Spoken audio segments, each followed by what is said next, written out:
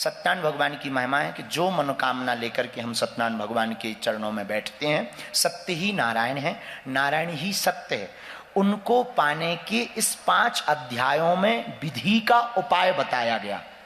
कथा नहीं है, विधान और उपाय बतलाया गया। कथा क्या है?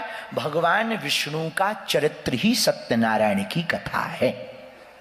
इसलिए इन 5 अध्यायों के अंतर्गत 3 दिनों में हम लोग जो 5 अध्यायों की श्री सत्यनारायण भगवान की व्रत कथाओं को सुनेंगे, बहुत गंभीरता पूर्वक सुनेंगे। आती भी हो फिर भी सुनना। हनुमान जी का स्वभाव है, उन्हें प्रत्येक कथा आती है, फिर भी वो वैसे ही सुनते हैं जैसे कुछ जानते ना, दीन भाव में वही आंखों से आंसू बहाते हुए। आती भी हो तब भी सुनना और बहुत धैर्यता पूर्वक सुनना।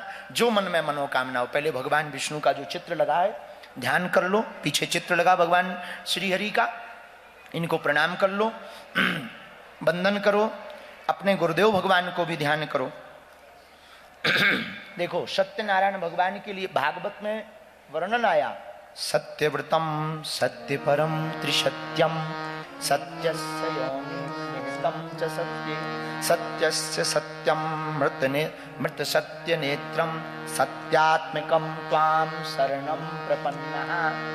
9 बार सत्य सत्य कहा, 9 बार ही है ना, 9 बार सत्य सत्य कहकर के भागवत में ठाकुर जी की स्तुति की। इस स्तुति का कारण सिर्फ इतना है, भगवान ही सत्य है और सत्य ही भगवान है, इनके अलावा सब कुछ मिथ्या है। ब्रह्म ही सत्य है, जगन मिथ्या है, जगत मिथ्या है, ब्रह्म सत्य है।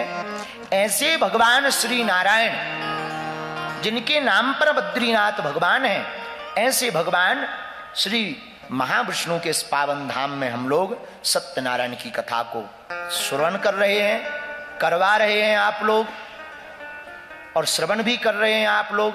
ये हम सबका सौभाग्य है। भगवान श्री हरि को तुमेव माता तुमेव बंधुश्च सखा तुमेव विद्या तुमेव सर्वं तुमेव सर्वं तुमेव सर्वं ओम विष्णवे नमः, ओम विष्णवे नमः, ओम विष्णवे नमः।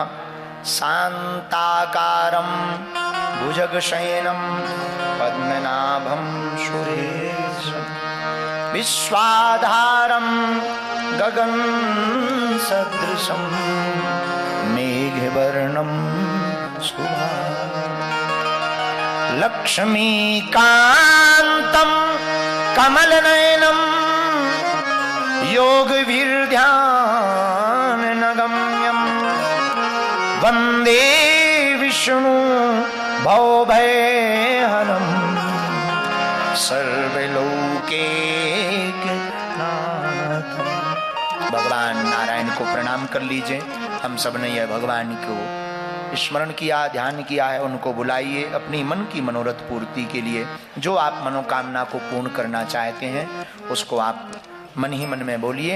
बैठे बैठे आप बिना ताली बजाए हुए गाएंगे, श्रीमन नारायण नारायण नारायण, श्रीमन नारायण नारायण नारायण। वैसे तो यज्ञ चल रही है तो पूजन विधि आवश्यकता नहीं, पर नाम संकीर्तन से सभी पूर्ति हो जाती है, इसलिए गाओ लक्ष्मी नारायण नारायण नारायण, लक्ष्मी नारायण नारायण नारायण।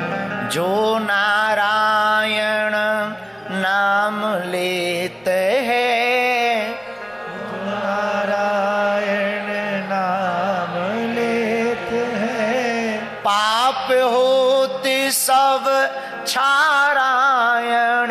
हाँ, पाप होते सब क्षारायण।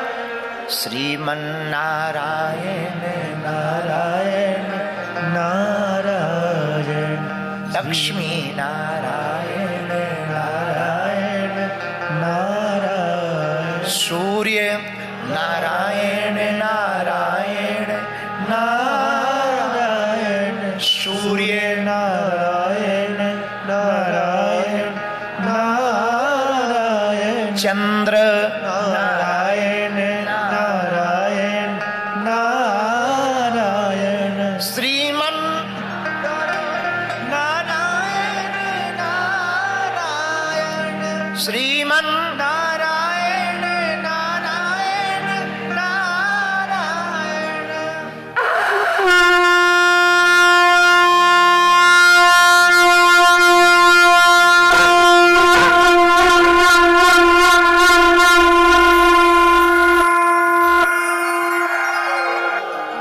लक्ष्मी नारायण भगवान की जय हो।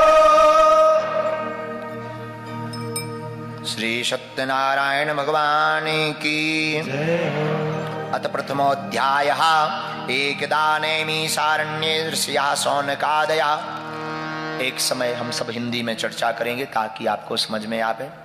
एक समय नैमिषारण्य के पावन तीर्थ में शौनकादिक 88,000 ऋषि मुनि विराजमान थे। सभी मुनि महात्मा पुराण और शास्त्रों के वेदता थे।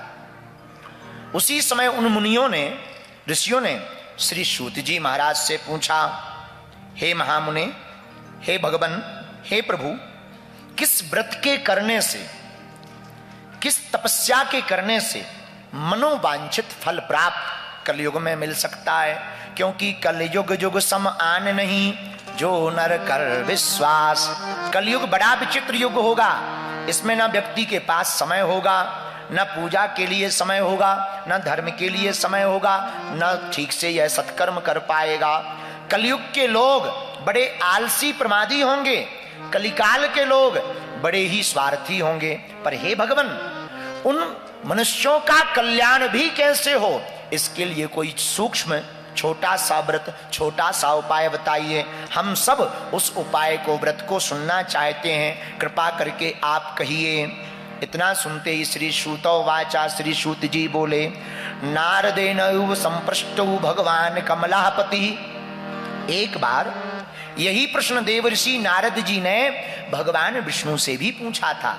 हे मुनियों, तुम धन्य हो जो तुमने कलयुग के मनुष्यों के कल्याण के लिए हमसे प्रश्न किया है। यही प्रश्न नारद जी ने भगवान विष्णु से भी किया था कि कलिकाल के लोगों का कल्याण कैसे होगा, वह कम समय में। क्योंकि तपस्या के लिए समय नहीं मिलेगा, जप के लिए समय नहीं मिलेगा, तप के लिए समय नहीं मिलेगा, यज्ञ बैठने में समय नहीं निकाल पाएगा। ऐसे अल्प समय में वह कैसे पुण्य को प्राप्त करे, कैसे फल को प्राप्त करे, कृपा करके हमको बतलाइए। जब योगी राज श्री नारद जी ने संसार के नाना योनियों में जन्मे हुए मनुष्यों के कल्याण के लिए भगवान श्री हरि से प्रार्थना की और कहा, हे भगवान, नाना योनियों में जन्मे हुए मनुष्य नाना प्रकार के दुखों से, क्लेशों से युक्त रहेंगे, नाना प्रकार के भोग भोगेंगे, कष्ट पाएंगे। इनके दुखों का निवारण कि सुनिश्चित रूप से कैसे नाश हो सकता है, ऐसा हमारे मन में विचार है, हमको कहिए। भगवान श्री नारद जी उनके पास पहुंचकर भगवान श्री विष्णु का ध्यान करते हैं, स्वरूप का ध्यान करते हैं, प्रार्थना करते हैं। चार भुजाओं वाले भगवान नारायण हैं। इनके एक हाथ में शंख है, एक हाथ में चक्र है, एक हाथ में वज्र है, एक हाथ में पद्म है। बन की माला भगवान श्री हरि पहने हैं। विष्णु भगवान के गले में बन की माला है। भगवान विष्णु का शुक्ल वर्ण है। कैसा वर्ण है? वर्ण का मतलब स्वरूप कैसा है? शुक्ल वर्ण है, नील जैसा स्वरूप है भगवान का। शुक्ल वर्ण के श्री हरि भगवान विष्णु नारायण हैं। भगवान श्री हरि के स्वरूप को देखकर देवर्षि नारद जी देव स्तुति करने लगे, कहने लगे, हे भगवान, आप वाणी व मन से परे हैं, अनंत स्वरूप वाले हैं, अनंत शक्ति संपन्न हैं। आपका न आदि है, न मध्य है, न अंत है। आप तीनों से रहित हैं। आप निर्गुण हैं, गुणातीत हैं। भगवान निर्गुण हैं, निराकार भी हैं। भगवान निराकार ही हैं, पर भक्तों के लिए वह साकार बनकर प्रकट हो जाते हैं। जैसे हवा का कोई आकार नहीं है, पर गुब्बारे में डालने से गुब्बारे की हवा हो जाती है, हवा का गुब्बारा हो जाता है। वैसे ही भगवान निराकार हैं, परंतु भक्तों के कल्याण के लिए भगवान साकार बनकर के प्रकट होते हैं। इसी स्तुति को देव ऋषि नारद जी भगवान से कर रहे हैं। आप अनंत शक्ति संपन्न हैं, आपका ना आदि है, ना मध्य है, ना अंत है। आप निर्गुण हैं, निराकार हैं। हे हरि, आप सकल कल्याणमय हैं, गुण गणों से संपन्न हैं। भगवान में सभी गुण व्याप्त हैं। भगवान वही हैं, 6 गुणों से तो व्याप्त ठाकुर जी हैं ही हैं। भगवान श्री हरि को दंडवत प्रणाम करते हुए श्री नारद जी कहने लगे, आप स्थावर जगदात्मक निखिल सृष्टि प्रपंच के कारणभूत तथा भक्तों की पीड़ा को नष्ट करने वाले हैं। भगवान का स्वभाव है, जो इनकी शरण में आता है उसका अवगुण नहीं भगवान देखते, एक गुण पर ही भगवान रीझ जाते। न जाने कौन से गुण पर दया निधि रीझ जाते हैं, यही सब ग्रंथ कहते हैं, यही सब वेद गाते। भगवान किस गुण पर रीझ जाएं उनका कोई ठिकाना। श्री बिंदु जी कहते, कृपा की ना होती जो आदत तुम्हारी, तो सुनी ही रहती अदालत तुम्हारी। न हम होते मुजरिम, न तुम होते हाकिम, न घर घर में होती इबादत तुम्हारी। तुम्हारी ही उल्फत के दृग बिंदु हैं ये, तुम्हें सौंपते हैं अमानत तुम्हारी। कृपा की न होती जो आदत तुम्हारी, तो सुनी ही रहती अदालत तुम्हारी। तो नारद जी प्रार्थना करते, हे प्रभु, आप भक्तों की पीड़ा को नष्ट करने वाले परमात्मन हो, आपको नमस्कार है। स्तुति सुनते ही भगवान प्रसन्न हो गए। भगवान श्री हरि नारद जी से बोले, हे महाभाग, आप कहां से आए हो अभी अभी, और किस प्रयोजन से आए हो। नारद जी हाथ जोड़कर मुस्कुरा कर बोले, भगवान अभी हम मृत्यु लोक से आए हैं। मृत्यु लोक, ये मृत्यु लोक कौन है? जहां हम लोग रहते हैं इसी लोक का नाम मृत्यु लोक है, जहां सबको मरना है। आदि जगत गुरु शंकराचार्य ने कहा, पुनरपि जन्मम पुनरपि जननी जठरे शयनम।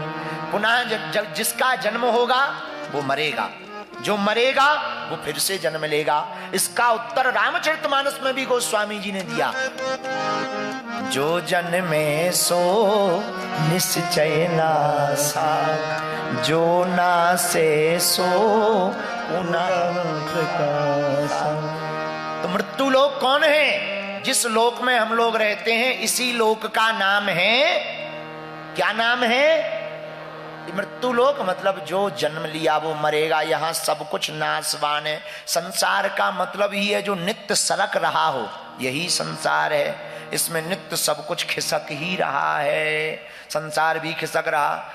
कुछ या अब कथा के बीच में बोलना नहीं चाहिए, पर उदाहरण देना चाहिए। दृष्टांत कुशलोधीरा वक्ता काल है, तो उदाहरण के रूप में बताएं। संसार खिसक रहा, यहीं बगल में जोशी मठ में पूरी जमीन ही खिसक रही। संसार खिसक रहा है, नित्य चल रहा है, इसी का नाम संसार है। तो नारद जी से पूछा, कहां से आए हो? मृत्यु लोक से आए हैं। क्या करने गए थे? महाराज, नाना प्रकार के मनुष्यों को पीड़ा से दुखी देख करके हमारा मन बड़ा दुखी हो गया है। मृत्यु लोके जनः सर्वे नाना क्लेश समन्वितः, नाना योनि समुत्पन्नः पच्यन्ते पाप कर्म भी। महाराज, मृत्यु लोक में अपने पाप कर्मों के द्वारा विभिन्न योनियों में उत्पन्न सभी लोग बहुत प्रकार के क्लेशों से दुखी हो रहे हैं। भगवान बोले, हम क्या करें? अगर वो दुखी हो रहे, जो करेगा सो भरेगा। उन्होंने कर्म किया है सो पा रहे। भगवान आप दयालु हो, दीनानाथ हो, हम आपसे उन मनुष्यों के दुखों के निवृत्ति के लिए कोई लघु उपाय, छोटा सा उपाय पूछने आए हैं। अगर आप वह उपाय बता देंगे, आपकी बड़ी कृपा होगी। इतना कहते ही भगवान मुस्कुरा करके नारद जी से बोले, धन्य है साधु, साधु साधु साधु, धन्य हो धन्य हो। साधु कौन? अष्टादश पुराणेषु व्यासस्य वचनम द्वयम, परोपकाराय पुण्याय पापाय परपीडनम।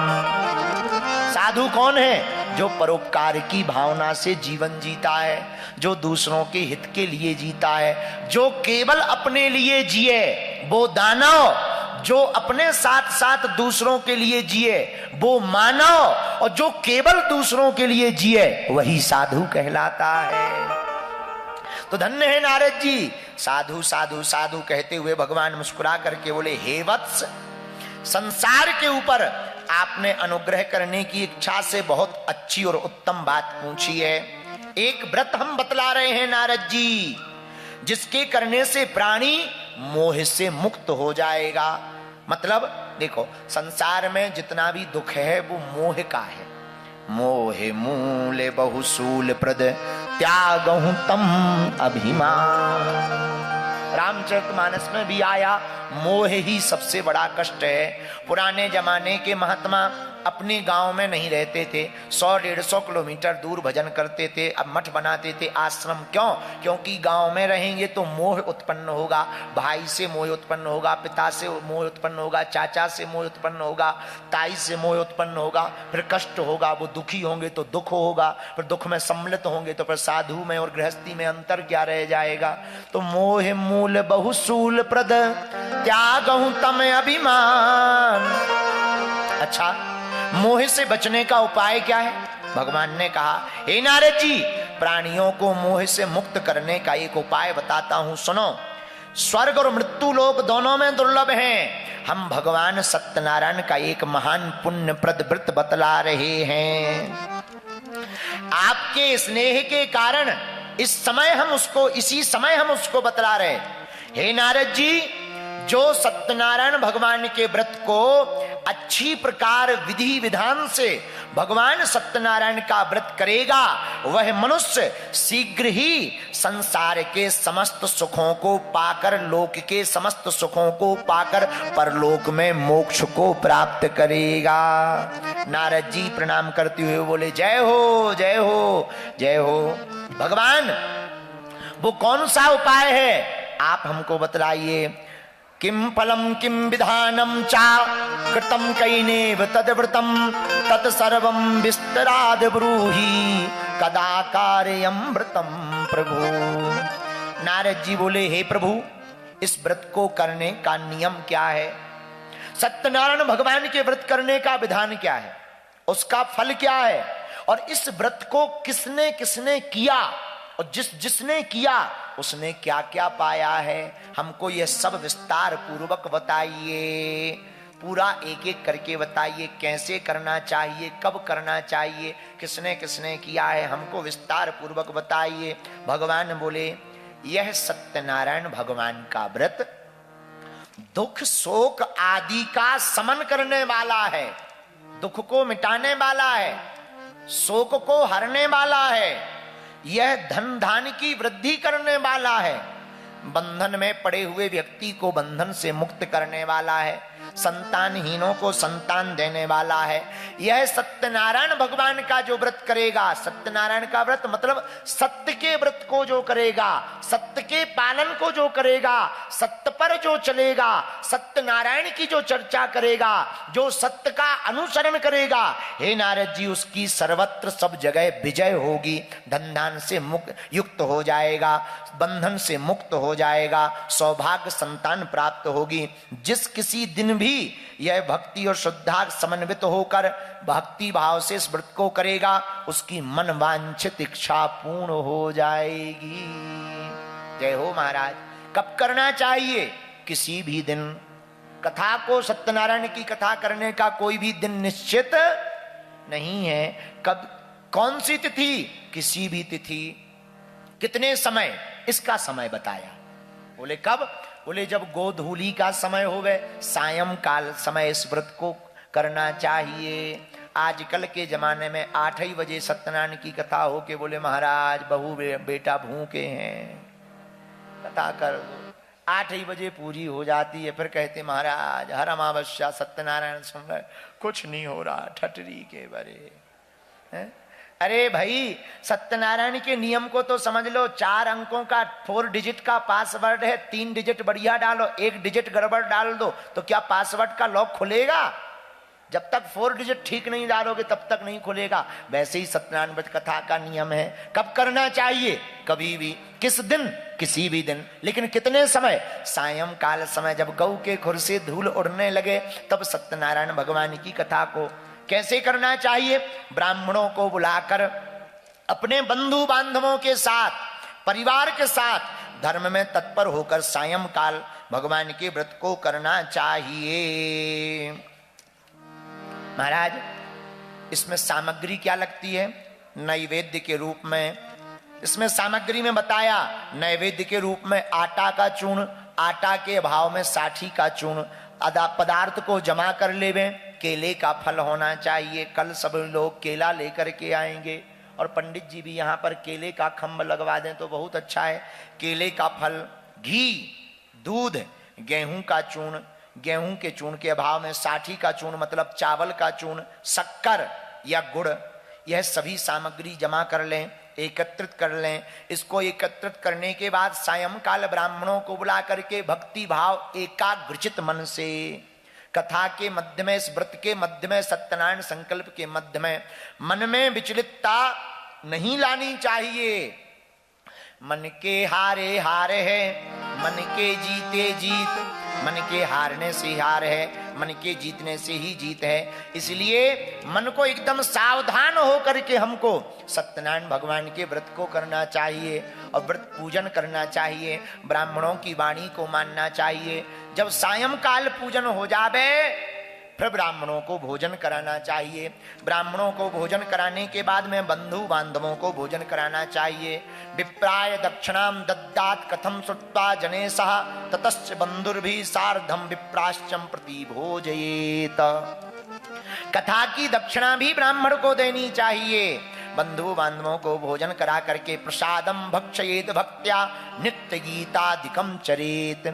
जिस दिन कथा करो उस दिन शाम के समय जब बंधु बांधवों को भोजन करा दो तो रात को गीत गाना चाहिए, सत्यनारायण भगवान के गीत को, नारायण भगवान के कीर्तन को गाना चाहिए। रात्रि जागरण कर सको तो और अनंत गुना फल प्राप्त होगा। रात्रि जागरण करना चाहिए, भक्ति पूर्वक प्रसाद ग्रहण करना चाहिए, नित्य गीत आदि का आयोजन करना चाहिए। तदंतर उस दिन व्रत लेना चाहिए। क्या? आज से हम सत्य पर चलेंगे, सत्य पर ही जीवन जिएंगे, सत्यनारायण भगवान के ही आश्रित रह करके अपने जीवन को सार्थक बनाएंगे। क्योंकि साच बराबर तप नहीं, झूठ बराबर पाप, और जाके हृदय साच है प्रभुता के हृदय आ। ऐसा व्रत लेना चाहिए। सत्य बराबर तप नहीं है, झूठ बराबर कोई पाप नहीं है। विशेष रूप से कलयुग में, पृथ्वी में यही सबसे छोटा उपाय है। इति श्री स्कंद पुराणे रेवाखंडे श्री सत्यनारायण व्रत कथायाम प्रथमोध्याय समाप्ता। बोलो वृंदावन बिहारी लाल की, सत्यनारायण भगवान की जय हो, बद्री विशाल भगवान की जय हो। हल्दी चावल तो वहीं सामने छोड़ दो, दक्षिणा हमारे पास छोड़ना।